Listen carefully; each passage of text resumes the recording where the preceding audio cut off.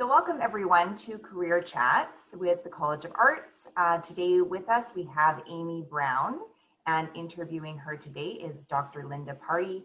My name is Elise Gertz and I'm the Practicum and Internship Coordinator for the College of Arts.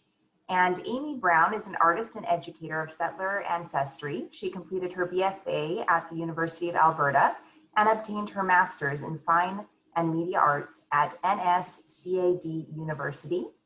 Aimee's artistic practice engages archives, research, and printed matter to question the historical content of her contemporary art practice. She has received several awards and grants, notably the Joseph Boys Scholarship, Artistic Merit, and several Canada Council production grants. Her work has been presented nationally and internationally with group shows in Germany, Los Angeles, San Francisco, and solo expeditions in Canada. She is currently a mentor with BC Arts Council membership program and is an assistant professor, Foundation's 3D Extended Media with the University of the Fraser Valley. So welcome, Aimee. Thank you so much for that generous introduction, Elise. I appreciate it. Yeah, well, thank you so much for being here. And as I said, interviewing her today is Dr. Linda Party. Linda is the Associate Dean of Students for the College of Arts, where she encourages and supports faculty and students to recognize the embedded work-life career development that is fostered by humanities and social science education. Her research agenda is committed to ensuring liberal arts grads know they are equipped to tackle today's challenges and numerous career opportunities. So welcome, you guys. Thanks for being here. Thanks, Lisa, and thanks for coordinating and getting us together. It's wonderful to be able to just spend time chatting about what we love and not necessarily, item by item curriculum things or something. So I really welcome these breaks. I really appreciate it. So thanks, Elise. So Aimee, we've briefly had a few conversations back and forth in the hall, but I don't think I've spent too much time really getting to know you. So I'm really looking forward to this. And I like the Nova Scotia College of Arts and Design. I can't believe if I could spend time there and just hang out, it was like that must have been a beautiful time in life to be there and be an artist. So absolutely. Just wanted to let you know I've walked through the halls and looked at all the artwork, and I actually like the museum, the down below too, the Heritage Museum, like that's connected. Yeah, so it's awesome. So tell me a little bit about yourself and how you got to UFE, and then we'll launch into the 10 by 10. Sure. Well, as Elise mentioned, I'm an artist and an educator working from a settler colonizer background. And I like to bring that to the forefront because it's how a lot of the questions and the inquiry that form my practice are shaped. And so for myself, I'm working in a transdisciplinary manner, meaning that I'm pulling from all kinds of visual disciplines, creative arts, and through my own practice as an artist, I'm also hoping to bring enthusiasm and inquiry to the teaching work that I do at UFE. And I started out at UFE on a sabbatical replacement and found a really wonderful pedagogical home there. And I feel really fortunate to be now working permanently with UFE. Oh, well, we're lucky to have you. So you've seen our 10 by 10 challenge questions. You've picked 3 and the other 7 are pretty standard. So are you up for the challenge? Absolutely, yes. Okay, that's good. All right, so let's start with, who were your early influencers? I love this question, partly because it lets me talk about my grandmas. I was very fortunate to have extremely powerful women role models in my life. Both of my grandmothers on my maternal and paternal side were powerful women with curious minds. And they really encouraged me to also cultivate curiosity in my day-to-day life, to ask questions and to not be afraid of taking up my space. And I think that was really formative for me to have positive, strong female role models. I've also been really lucky to work with instructors who really helped me foster my own creative voice. When I started out at the University of Alberta, I had the chance to work with Sean Caulfield and Lisa Murray, and they were artists and practitioners who showed me that you could both and. You could instruct and have a practice, that you didn't have to choose only one. Awesome. And you know, it's surprising as we've been doing these interviews, how many people reflect back on their grandmothers or as people, you know, as the main influencer. Oh, what makes you feel successful at your work? When do you know you go, yes, that was good? This is a really tough question for me. And I think maybe this is also because of my background in visual arts practice, is that I tend to be quite tough with myself. I'm a tough boss with my practice. And so for me, when I recognize success, I think this is actually a marker when I'm not striving to make a perfect thing anymore. And the reason why that's a success marker for me is because it means that instead of asking questions or making work through the voice of what I want, I'm actually asking, what does the work need? And that's a really different paradigm to be making work from. And that's a real marker of when I've kind of found the juice of a project. It's when I'm not filtering it through my own ego or my own voice. I'm really asking what the work needs.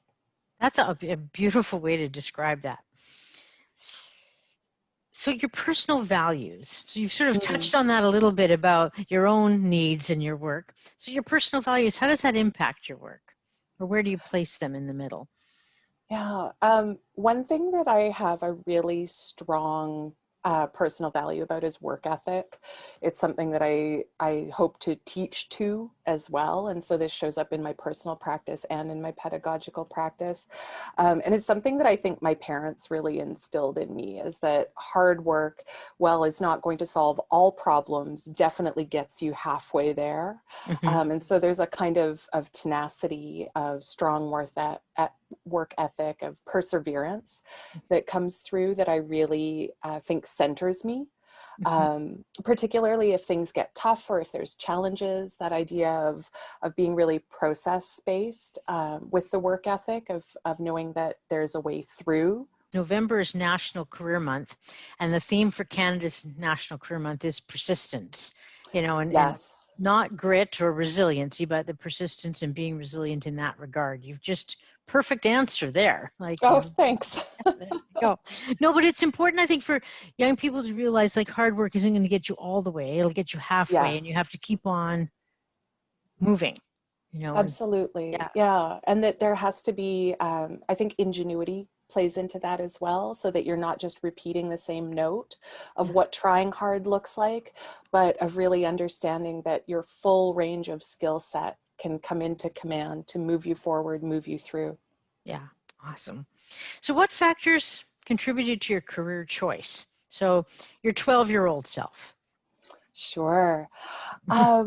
I think for me, one of the reasons that I was so excited about looking to visual arts is that I'm passionate about a lot of things and I have a lot of interests. And it was really difficult for me earlier on when I was thinking about going to university or where I wanted to focus my studies, of choosing only one thing.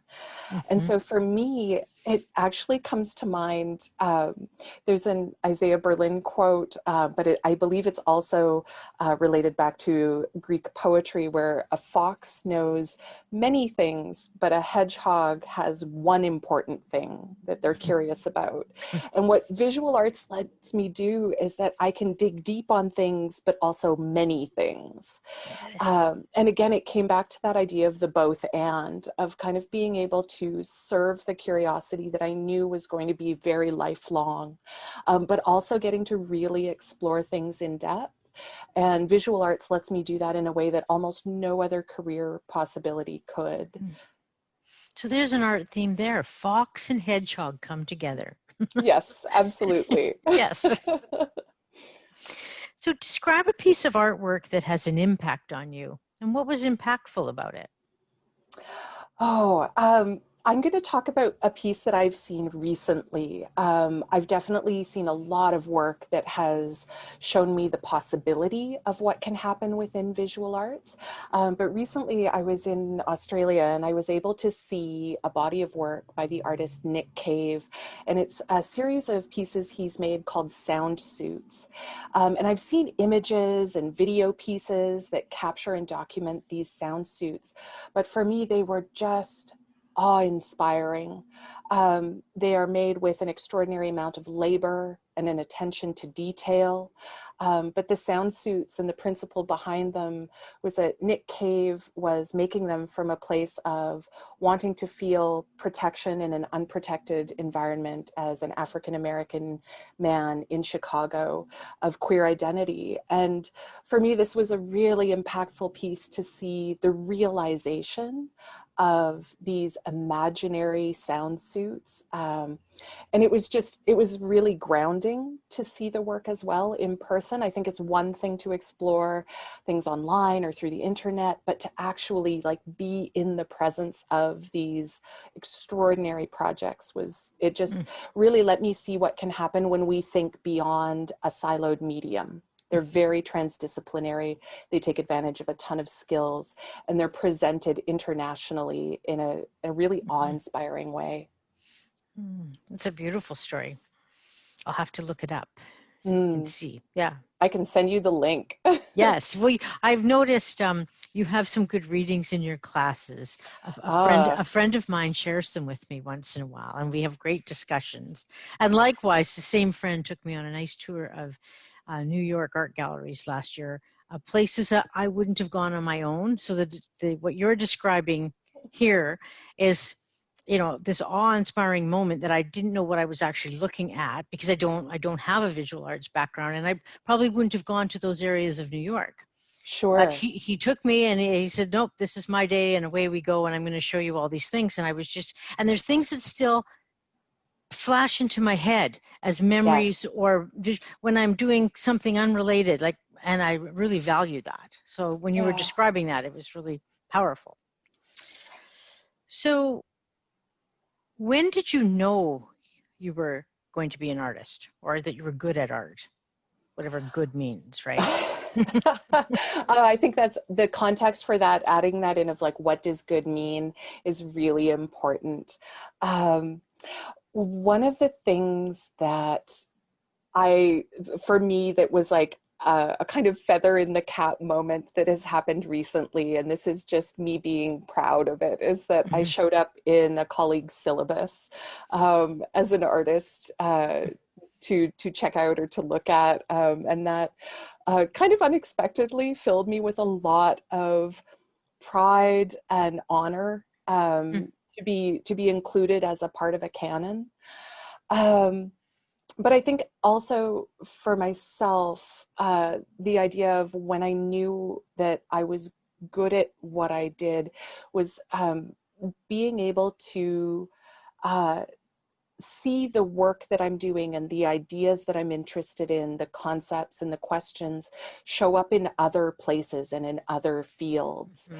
And I think for me, this is really important, is that my work is not about just looking inward, but also about what kind of ideas am I exploring that resonate elsewhere. So really thinking about, for myself, a research-based practice where I'm interested in cultivating community and finding out who else is asking these questions and how can we ask some of these questions together. And that's been a really important sounding board for me. Yeah, I can see that. So innovation skills, I know that's kind of like a corporate kind of term. Everybody has innovation skills, but artists need innovation skills. What experience shaped your ability to think broad, to disrupt? I mean, to me, innovation is sometimes disrupting the norm. For sure. Well, my trajectory to becoming a professional artist and to becoming a professor was not traditional. I did not do the first you do your undergrad and then you do your master's and then you go directly into a teaching position. Once I finished my master's, I actually stopped making work for a while and just kind of sat with the experience of having launched myself through the canon of a Master's of Fine Arts degree. And I actually started working in a wide variety of fields. So I've worked everywhere from provincial archives to permanent collections. I've worked in education and also as a professional artist, but I've also done community outreach. I've worked in public radio. And so these kind of experiences have shown me that problem solving, the ability to innovate outside of expected outcomes is actually an extraordinarily valuable skill, regardless of what field you're applying them to. Yeah. And I think that's what's allowed me to be an instructor who doesn't have to rely on sort of one silo of topic or discussion either, and that we can nurture all of these sort of wide range of interests and curiosities. And that's always helped me out. And that's, I come from that perspective too. And it's like, that's what I find is the employable skills based of any liberal arts or fine arts background is you have actual other attributes that you learn via the canon of materials, and it's those that you can transfer to many different areas. So that's an excellent way of describing it. Yeah, so when you were a kid, what did you play with, and how does it relate to your job today? This is a great question because it let me kind of reach into the sort of deep memory of my childhood. One thing that I always really like to honor in terms of my growing up experience is that my mom would make books with me. And it's something where we would, and it was very simple. We would fold together pages. I would draw pictures. Sometimes she would add text. We would put like a wrapping paper cover on it, but it was a thing. And it was a thing that we had made together. And I could see the translation from idea and thought into something palpable. And so for me, that memory of making books with my mom, I teach book media now. So it's also, I mean, my skills have progressed, but that early kernel of taking raw material and idea and imagination and transforming it, I think is something that has stayed with me long term. Did you ever keep one of the books you made as a kid? Yes. Yeah. There is a small library that lives with my folks. When you get to be this age, you start thinking, well, that would have been fun to have, like as a memory. Yeah, absolutely. I think my parents are very good at keeping a choice selection of things. So there's a library that lives. There's a collection there somewhere. So when you think of the future, what do you dream of? Oh, this was such an interesting question for me, Linda, because my work and as a professional artist actually considers possible futures a lot. See, I didn't know that. Yeah, that's cool. Yeah, and I wrestle with this because a lot of the topics that I look at when I'm thinking about my practice take into consideration how science fiction has considered futures, ideas of how narrative function in the future. Literary topics like transrealism come up for me a lot.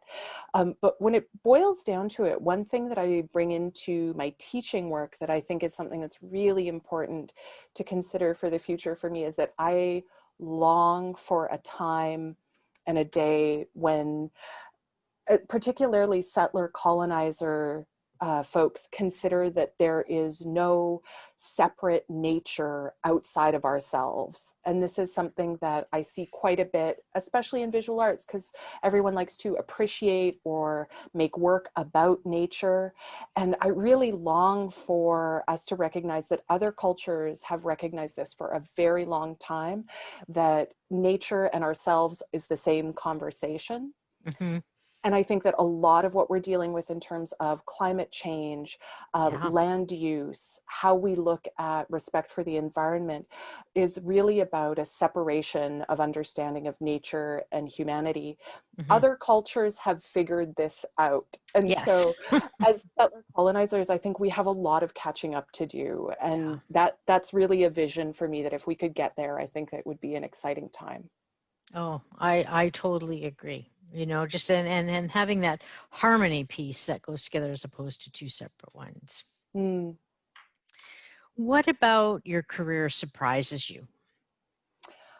Oh, I think for me, and this is something that for a long time I was curious if this would ever happen, is to see all of these different threads kind of weave into something whole. I've always been someone who doesn't quite fit into, say, traditional printmaking and doesn't quite fit into drawing. And so silos have never served me particularly well, and that's often how schools function. What's been really exciting for me and surprising is to see that with UFE, I've actually found a position where my experience in professional development and working with artist-run centers and archives and preservation, printmaking, sculpture, all of these things can boil into a really exciting deliverable at the school. And I can see that breadth of interest become something fruitful. And that's been surprising for me because I didn't know if that would happen. I think what you're saying is surprising in the sense that sometimes universities, I mean, all universities have their silo pieces.